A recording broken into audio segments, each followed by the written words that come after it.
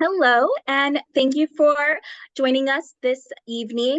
Welcome to our consideration during third-party treatment event. My name is Monica Pereira, and I am the marketing specialist at Inception. A quick overview of our Zoom platform. You can use the Ask Question box to type any questions throughout the event. And for any logistical questions, feel free to use the attendee chat feature. Now that we've taken care of logistics, I wanted to introduce our wonderful speaker for tonight. We have our renowned fertility psychologist, Dr. Ali Domar, and she is also Inception's Chief Compassion Officer.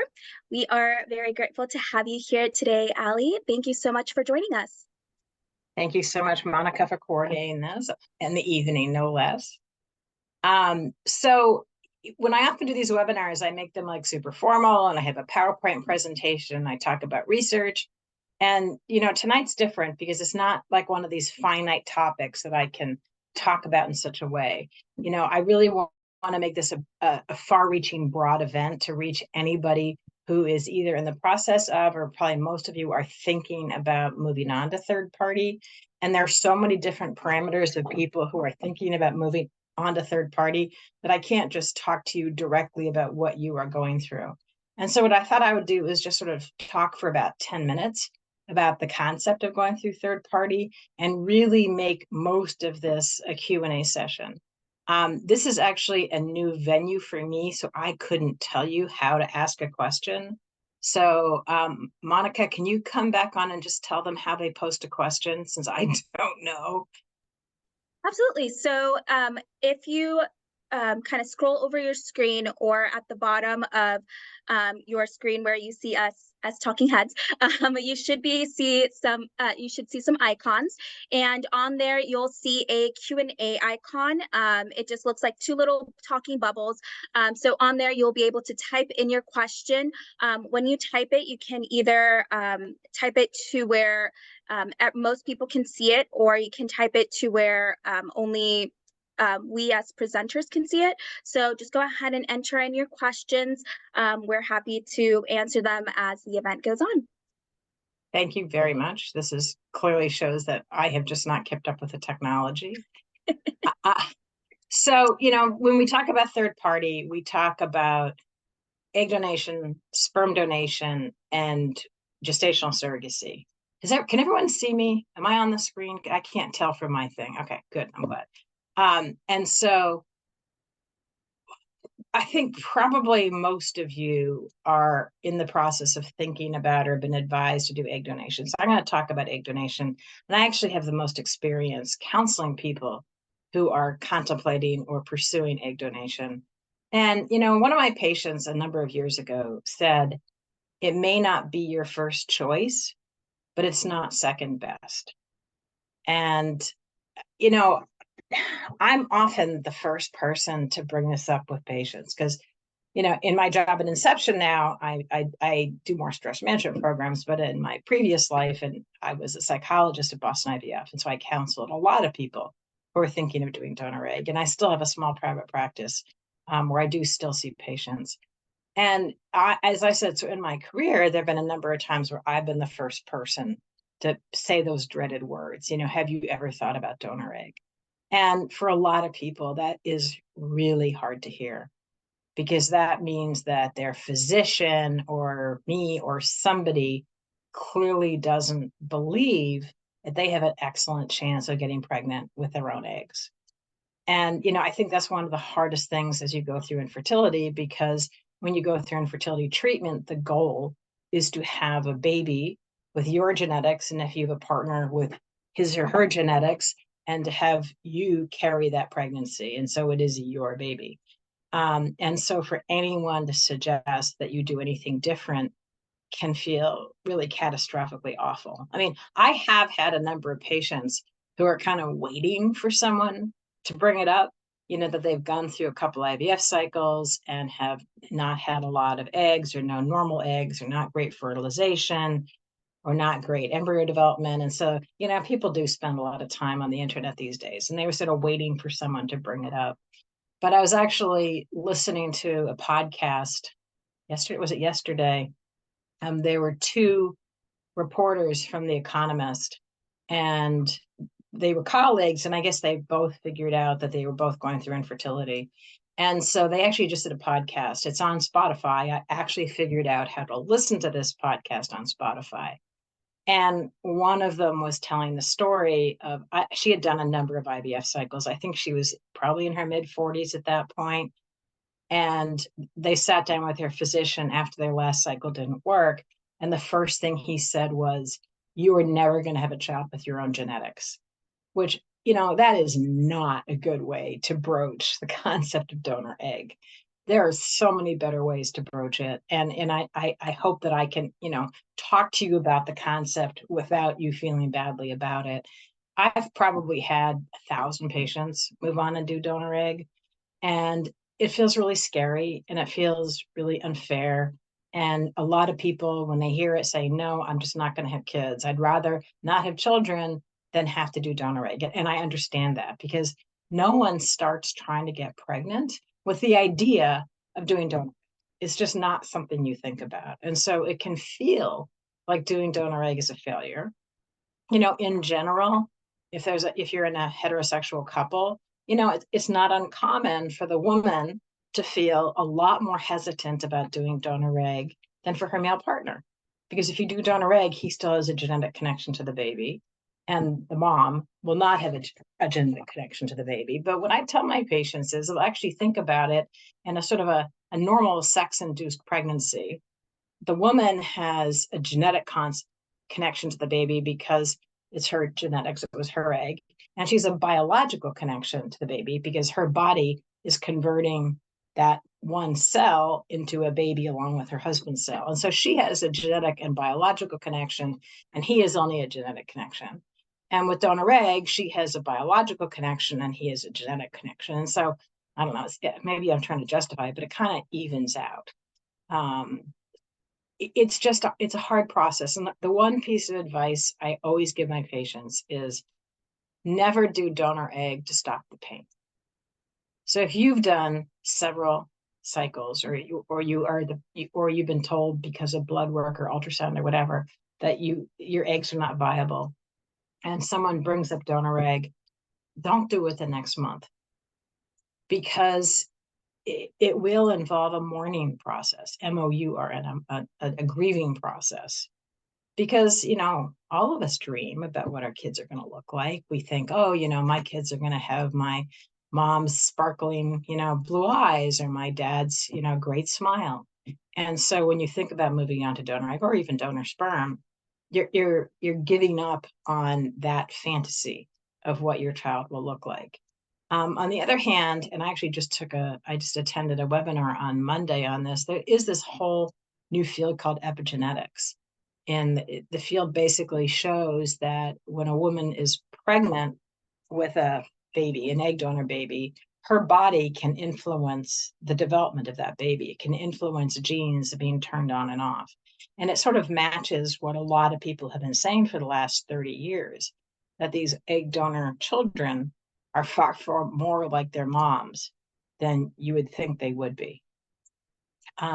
But it's a tough process. You have to mourn, and then once you are feeling better, and you will feel better, then I think it's time to get more information. As I said, I don't want to talk a long time, but I do want to tell a story, because this was one of these situations that just completely changed how I thought about egg donation for my patients.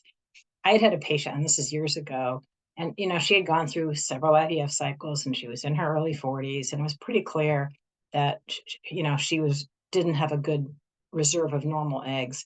And so she and her husband decided to move on to donor egg. And they chose a donor from California. And normally when you choose a donor, especially if it comes through an agency, the donor has already gone through all the screening.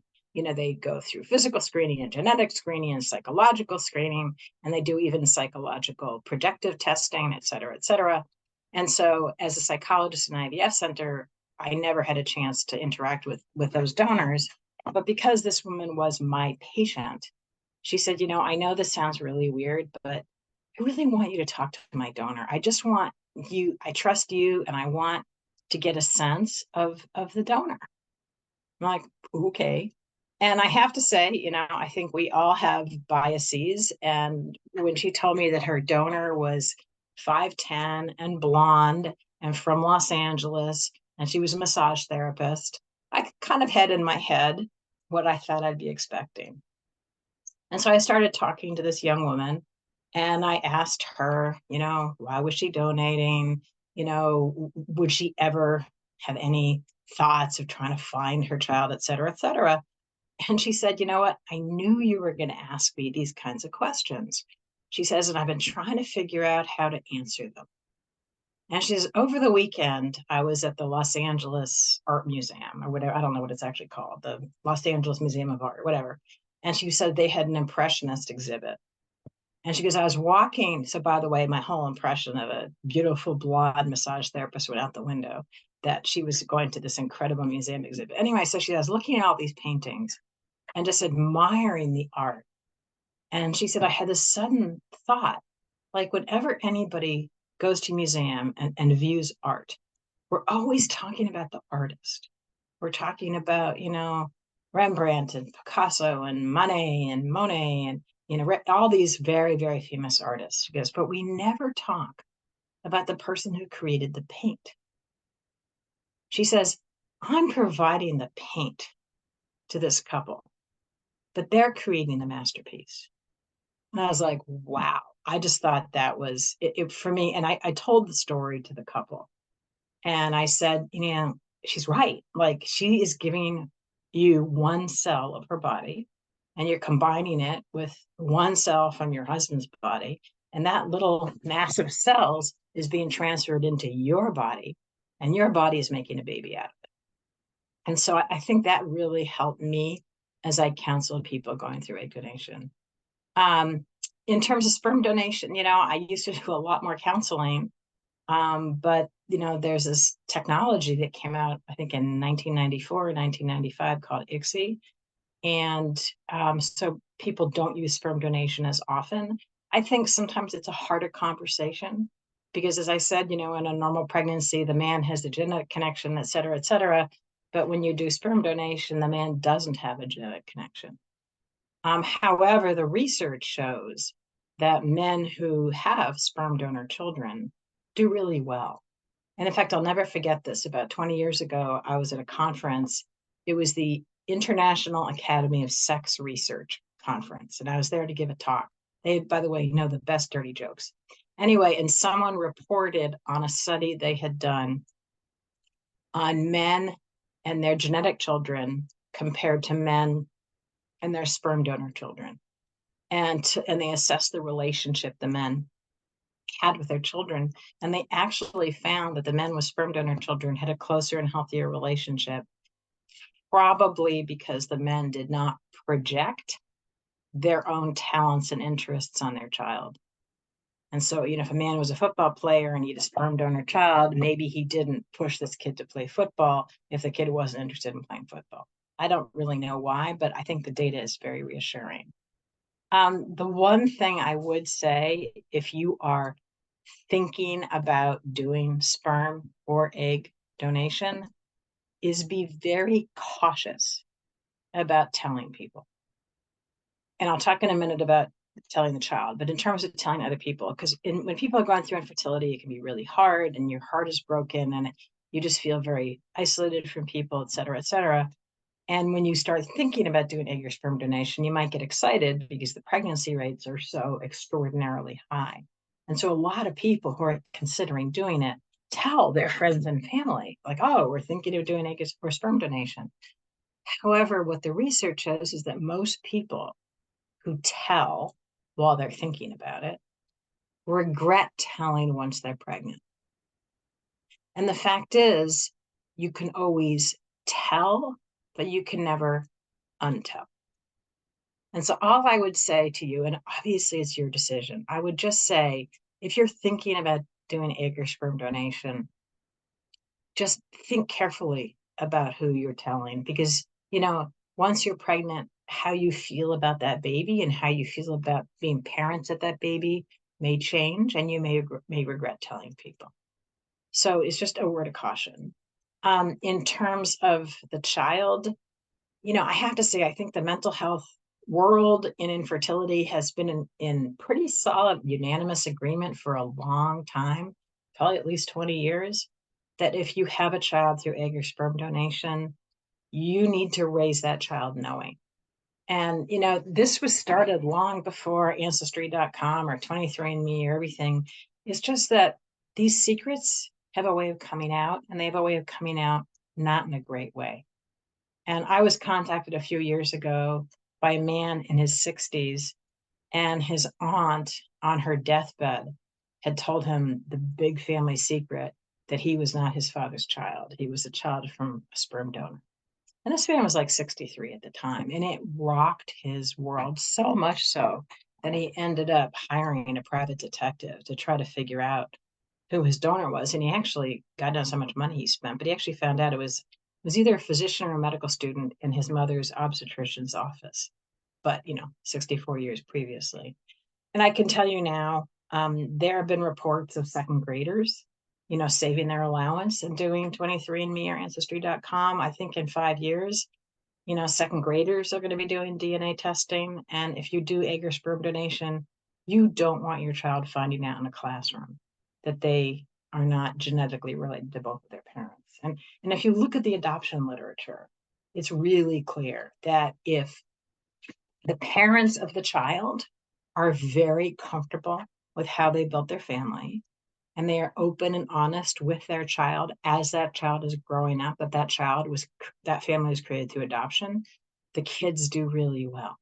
And the same thing is happening with egg and sperm donation. If you raise your children knowing, and you are clearly happy as a parent and healthy as a family, your kid's going to do much better. And so, although I may be telling you not to tell friends and family while you're contemplating, or even when you're early pregnant, I firmly believe you do need to raise your children knowing. And I think it's really important. And I have to say now, as a psychologist, there are many of us being hit with families with kids in their late teens and 20s who say to the parents, oh, I want Ancestry.com for Christmas. And the parents freak out because they know the child's then going to find out that one of their parents is not their genetic parent. And you don't want a kid to find out that. And so we're having conversations now with families who have 25-year-olds and trying to support the parents in terms of, how do you tell your children that you've been hiding something from them for a long time? You may ask, how do you tell a kid that they were born via egg or sperm donation? It's so easy, because I did a talk 6 months ago on this concept, and I actually look at Amazon and I entered, books for kids on egg donation, and like 25 popped up. And then, books for kids on sperm donation, and like another 25 popped up. There are lots of really fun books out there for little kids, ages, 1 through probably 10, just talking in a really positive, informative way about how many different families are being formed in amazing ways. And so it'll normalize it for your child, because if your child is born via egg or sperm donation and you have 4 books about kids being born via egg or sperm donation, that means the kid's normal, because the books are talking about them, which is really all kids care about. If you are contemplating doing gestational surrogacy, it's sort of near and dear to my heart, because I've had one of my family members do gestational surrogacy, and I've had good friends do gestational surrogacy who lived in a different country, who actually lived with us while they were doing their cycles. And so I've helped them pick their surrogate. And for one of them, when they were because they lived out of the country, I talked to the surrogate every day for 9 months. And so I feel like I've sort of personally been involved in gestational surrogacy pregnancies. It's really hard for a lot of women to give up being pregnant, because we all have fantasies about, you're going to get really huge and you're going to crave pickles and ice cream and all the other weird things you do when you're pregnant. And you feel left out when your friends complain about morning sickness and they talk about labor and delivery. And yeah, you are going to miss out on a number of those things, depending on your relationship with your carrier and where your carrier lives. Ideally, you can participate in some of those. It's not so bad to miss it on morning sickness. And you just have to work out with your carrier what they feel comfortable with you being involved in. But I'd say pretty much every one of my patients and my relatives and our friends who have had babies through gestational surrogacy, it's their baby. I mean, genetically, it's their baby. It's their baby. And I've had patients and friends who've had to do egg donor and gestational surrogacy. And so the baby is not genetically or biologically linked to the woman. And these are still some of the happiest women I've met. And so, again, I really talk too long. I'm sorry, I do that, even without slides. If you're considering any of these three things, you need to mourn what you're not going to have. But remember, my patient said, it's not second best. You can create these wonderful, loving, healthy, vibrant, joyful families. So are there any questions posted, Monica, that I can address? Yes, so we are having a couple of questions rolling in. So please, once again, if you have any questions, you can put them in the Q&A box. So our first question we have here is, at what point do you recommend being open with others after telling the child, or also what age do you think is best to tell the child? They're thinking of starting early, around age 2 or 3. So what are Those are any really suggestions? good questions. I mean, I've always felt that how a child was created, it's the child's information to share, not yours. And I know maybe that sounds odd, but I do think it's a child's information. So, what I'd probably do once you start reading to your child, which is what, maybe 1 or 2, I would go to Amazon or Barnes and Nobles or whatever, and just get a stack of books on either egg donation or sperm donation or gestational surrogacy or adoption or however you built your family. And even when they're way too young to understand, I would just start reading the books to them. And so they can, so it really normalizes it for them. So they grow up feeling healthy and normal, just like everybody else. You obviously cannot talk to a 2-year-old about eggs and sperm or a uterus. And in fact, I remember years ago, some publisher sent me a book, and I don't remember if it was on egg or sperm donation. And it was for, I think they said 7 to 10-year-olds.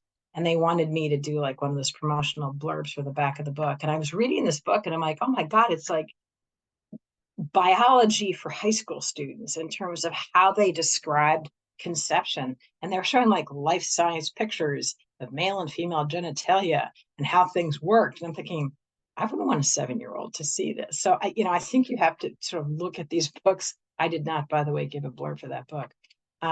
So I think the key is to just get the books when you start reading to your child and read them, and your kids are going to start telling people when they want to.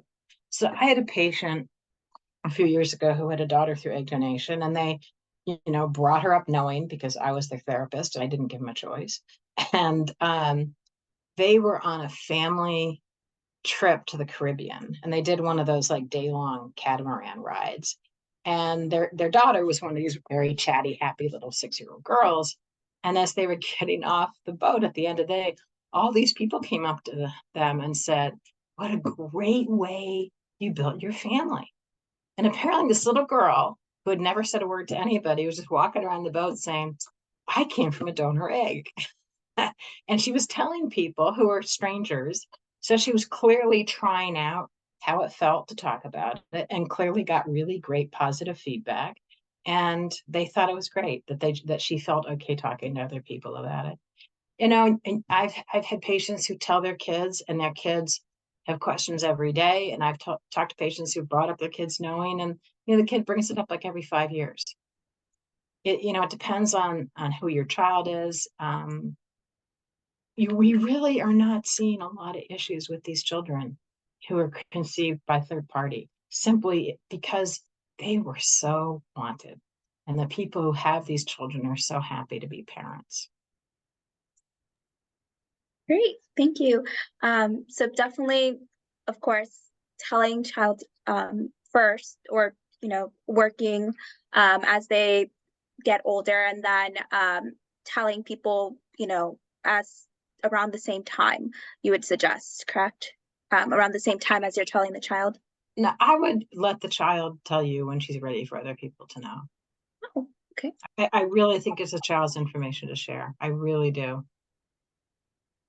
Yep, I mean, clearly a child, before they have children, they probably want to tell their partner because that's it might be different genetics than the partner is thinking about. But your child has no obligation to tell anybody. It really is up to the child who and when they tell anybody. And this is, I think, one of the reasons I urge people to be cautious when they're thinking about doing this, because it's really hard for people to keep secrets. And I've had so many patients who told their mother or told their best friend and later found out that their mother or their best friend, their mother had to tell their aunt and their aunt had to tell their cousins. And before they knew it, 40 people in the family knew. And it's not a secret. It's nothing to be ashamed of. It's this incredible way to build your family. But as I said, I think it's a child's right to share that information. No, that's honestly a really great point. Here we have another question asking, what are the cost of egg donations and sperm donor? So we know that it varies just very much depending on, I mean, location and quite a few different things. Testing could be a big component. So can you talk a little bit maybe ballpark or just kind of give us an overview of what that may be or what someone could expect? Well, clearly sperm donation is much cheaper because, and I don't mean to sound crude, and I'm hoping no one in my house is listening to me, but it's much easier to obtain sperm than it is to obtain eggs. And, so, there are sperm banks all over the country that have hundreds and hundreds and hundreds of donors, different heights, different races, different everything. And so sperm donation is, it's not cheap because, these days when you're testing a new donor, you need to do, physical testing and genetic testing and psych testing because you want these sperm donors to be very healthy young men. And then you have to freeze the sperm and incubate it for, I think, at least 6 months to make sure there's no contagious diseases. So it's not like sperm is free, but compared to egg donation, sperm donation is much cheaper. The last I heard, a vial of sperm, I think, was between about $750 and $1,000, but I could be completely off because I don't counsel that many people. Most people I counsel who are using sperm are single women or lesbian couples who are doing sperm, and they complain about the cost, but nothing compared to egg donation. And so egg donation is more expensive. There are now insurance companies or companies contract with companies like Progeny that actually cover the cost. And so if one of you is employed, you definitively need to look through your human resources, listing in terms of what's covered and what isn't covered. And if you are proceeding to do egg donation, there are lots of different ways to do egg donation. Probably the most expensive way is to identify an anonymous donor, and you can do that through an egg bank or an agency. And then that egg donor would go through an IVF cycle. All of her eggs would be mixed with your partner's sperm or the intended father's sperm or whatever. And then you own all those embryos. And it's not a bad thing to do if you want several children, because then you presumably will have a number of frozen embryos. So if you get pregnant on your first or second cycle, you hopefully will have a number still frozen so that you can build your family. Another way to do egg donation is to work with an egg bank. And there are two ways of working with an egg bank. One is you can, in effect, obtain, I don't want to say purchase because it sounds terrible. You can obtain a vial that's usually about 6 eggs. And I actually don't know what the costs are right now for a vial. I think it really depends on the egg bank. There are also, these egg banks also have what they call guaranteed program, where you pay usually about twice as much for a vial, and it's a guaranteed program. And then most of them have you do multiple cycles. And if you never have a baby, you get your money back. And so a lot of my patients choose to do these guaranteed programs, even though they're more expensive. That you'll end up with a baby, or you get your money back, and then you can use that money towards adoption if you choose to adopt. And probably the least expensive way, I guess, is if you know someone who would be your egg donor. And so I've had patients, their younger sisters have volunteered, or nieces have volunteered, or cousins, or really good friends. I mean, I've had patients use all kinds of people they know, and that person, sort of similar to a regular egg donor, goes through an IVF cycle, and then the couple would get to keep all of the embryos created through that cycle. So there are lots of ways of doing it. I mean, these days, if you go through an agency or an egg bank, you can get a lot of information on your donor. You can often see pictures, you can hear descriptions. Some sperm banks actually have recordings of interviews with the sperm donor, so you can hear their voice and just sort of get a sense.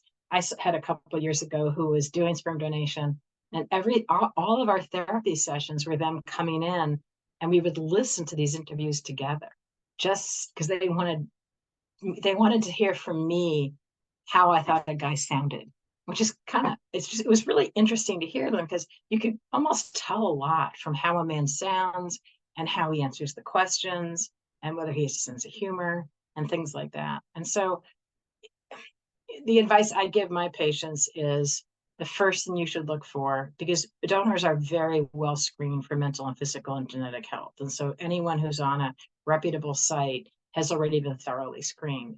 And so I think the first thing you look for is you want to match the physical characteristics of the person. So if you're using egg donation, it should match the mom. And if you're using sperm donation, it should match the dad. And so that, if the two of you are blonde and blue-eyed, you want to choose a blonde and blue-eyed donor so that your child looks like you. Because when someone has a baby, the only thing you can comment on is sort of who the kid looks like.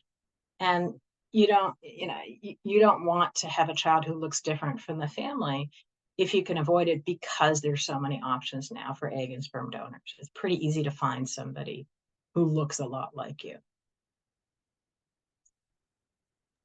Great. So we have another question here. Is it possible to have more than one child from the same donor, and what is the process? So I believe that they're referencing to maybe egg donor, but also sperm donors. Yeah, the answer is yes. I mean, for example, if you do a fresh cycle with your own donor or with a friend, you keep all those embryos. And so, you could have, depending on how many embryos you get, you could have 6 kids, all from the same donor. I've known a lot of people that have done that. And if you go through an egg bank and you get pregnant with one batch of eggs, for example, there's a chance you could actually still have a couple of embryos that are frozen, or you could immediately then reserve for a fee another batch of the same donor's eggs. So you can hold those in reserve if you want to have another child. I believe the same is true for sperm donation, that if you get pregnant from a sperm donor, you can then reserve another vial or vials of the donor's sperm to be used to have a second or third child later. Right.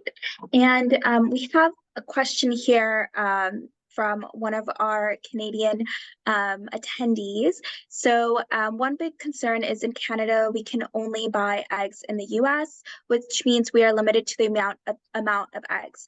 After investing, all this time and money, and you only get about 6 eggs, which then you have to be thawed and fertilized. What is the percentage that you would get 1+ embryos that produce a viable pregnancy? Yeah, so it's funny. We just had one of our students do a presentation on sperm banks on Monday, and I had not really realized how strict the Canadian laws are in terms of egg and sperm donation, and they only allow for what's called altruistic, so the people cannot get paid in Canada to do egg and sperm donation. And so, in fact, people have to get their eggs and their sperm from the US, or I guess other countries. In terms of eggs, I mean, I believe most egg banks have 6 eggs to a vial. And yes, they have to thaw those eggs and fertilize those eggs, and then they hopefully create blastocysts. There's so many variables that go into that, but I would say for most people, they get several embryos from 6 eggs. I mean, most donors tend to be young. And age is the biggest predictor of how well an egg does, is the age of the person who donated it, or the age of the egg. So, can you guarantee you're going to get 3 children out of a batch of 6 eggs? No, you can't. But I have had a number of patients that have had more than 1 child from 6 eggs. Great. And I know that briefly you touched on testing and how many of these donors do have to kind of go through requirements and test for specific things, and that they have to kind of disclose to the people that would eventually attain whether it's the sperm or the eggs. So can you talk a little bit more about PGT testing and a little bit more about that with relation to the potential of incidents of birth defects or anything like that that may occur, or that people have So there are 2 questions separate on? things here. One is the testing of the egg or sperm donors, and another is the testing of the embryo, which is what PGT is. So, egg donors, and I believe most sperm donors in this country, have to physicals and blood work instead of basic tests to make sure they are healthy. They undergo genetic testing to make sure they don't either have a significant genetic disease or that they're not a carrier for a significant disease. And all egg donors and a number of sperm donors also go through psychological testing. Not only do they meet with a psychologist or other mental health professional, but they do projective psych testing, which they have to, we do testing to make sure they're telling the truth and to make sure there's no other sort of hidden mental illness. And, when somebody is being considered to be an egg donor, for example, the mental health professional who does the evaluation is honestly looking for red flags. Like, is there anything during the interview, or is there anything during the psych testing that conflicts with what the donor has told them or how the donor appears? And, I have to say, even though donors are mostly doing this for money, they're also doing it because they're altruistic. They're giving. They want couples to be successful, and they want the couple to have a healthy child. And a huge number of donors are rejected. In fact, I don't know what the current statistics are, but in general, more donors are rejected than accepted based on family history, their health, their genetics, or their psychological profile. PGT is a whole different kettle of fish, and it's actually done on the majority of infertility couples as they go through treatment, in that once the egg and the sperm are fertilized, you wait till that embryo is 5 days old, when it's called a blastocyst. And when it's 5 days old, you can biopsy a number of cells and then freeze that embryo. And then you look at the cells of that embryo to determine if that embryo is chromosomally normal, which means you can know whether or not that embryo is missing a chromosome or has an extra chromosome, or just is not normal for some chromosomal reason. However, the screening that's done doesn't look at everything. I think most of the tests look at about 500 different things at this point.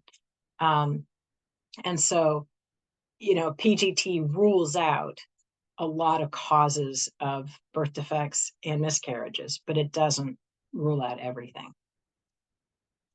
But the younger the donor, the less likely there is to be a chromosomal issue, because chromosomal issues in eggs tend to increase with age, over age 35, for example.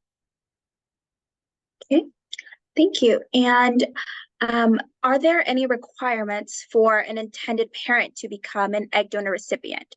So I know you mentioned that there's a lot of requirements for someone to be an egg donor, but what about recipients?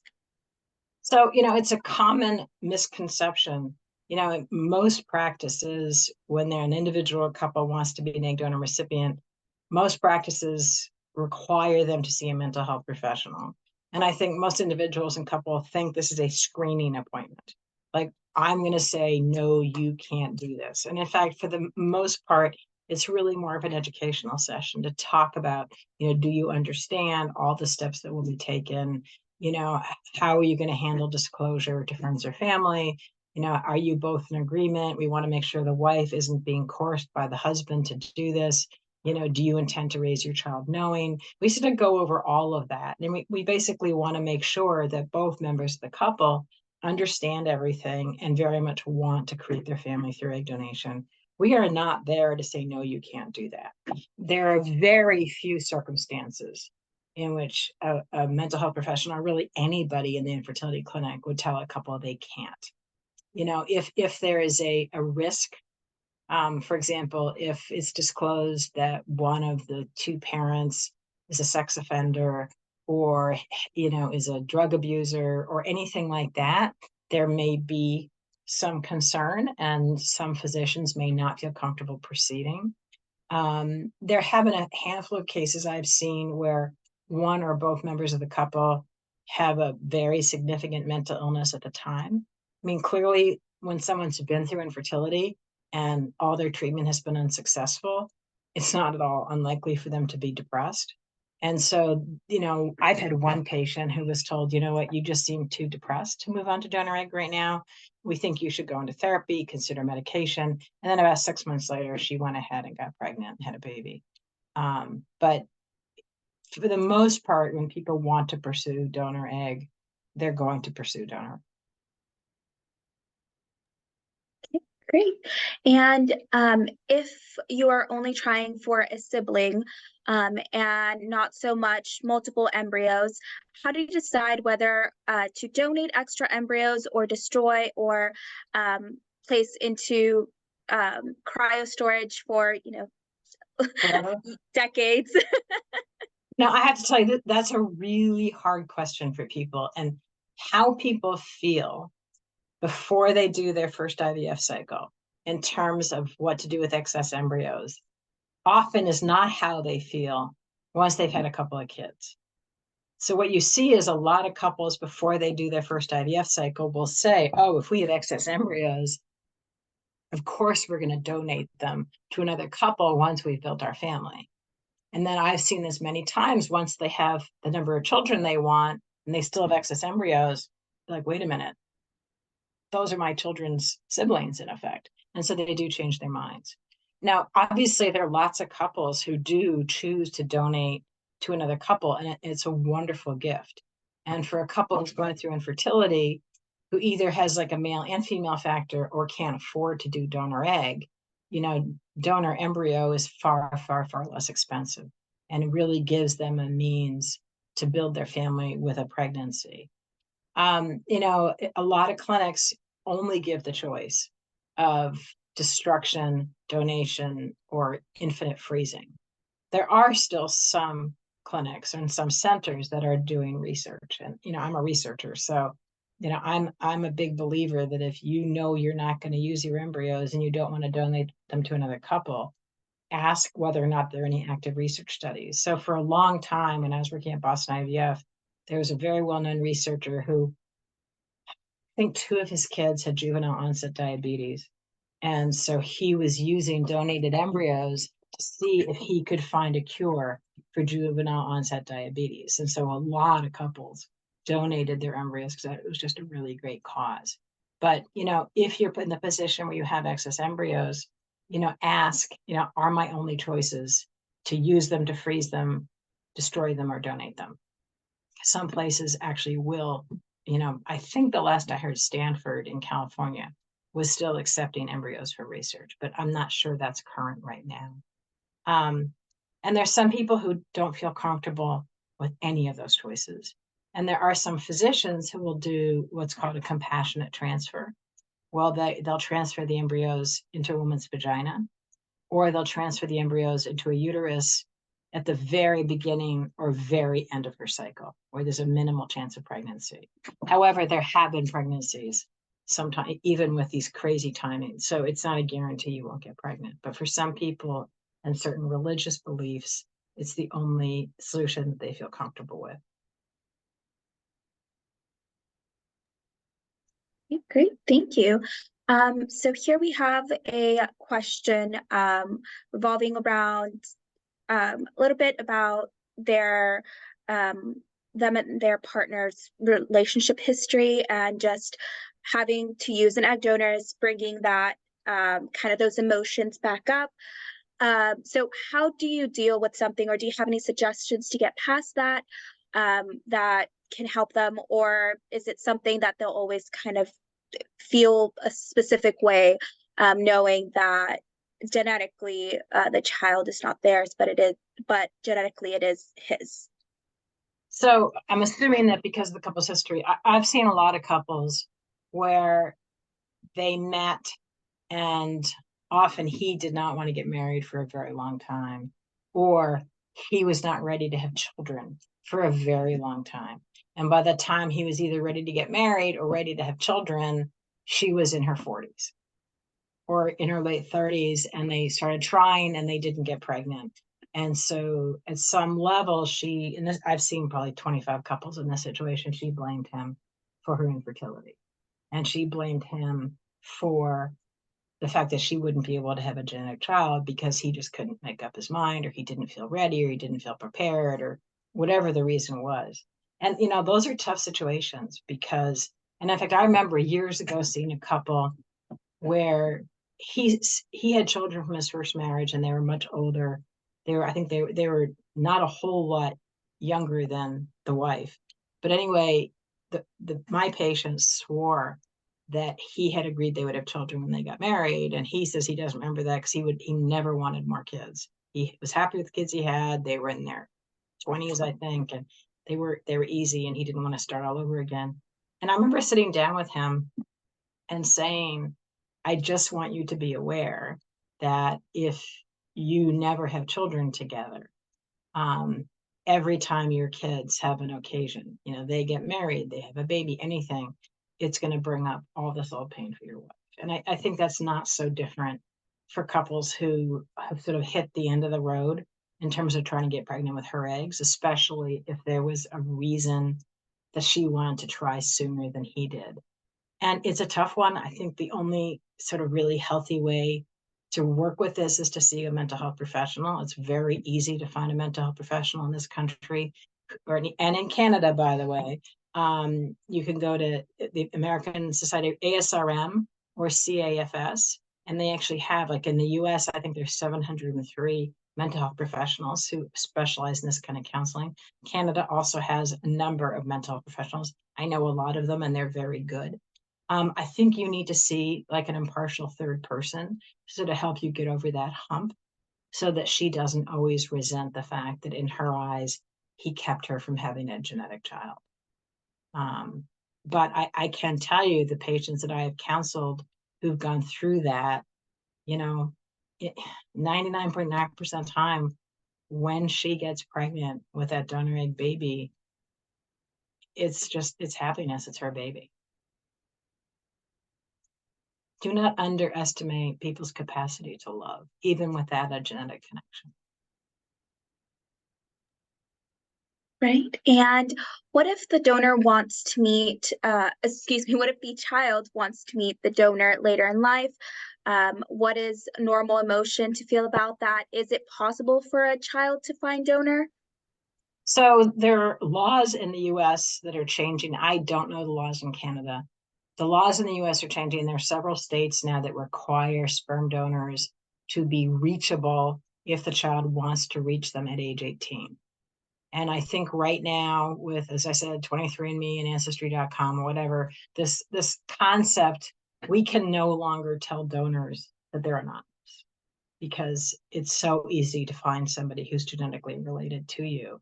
And so, at least what the sperm banks are doing is, if the child wants to at 18 and they're in a state which requires it, then the child can get that information.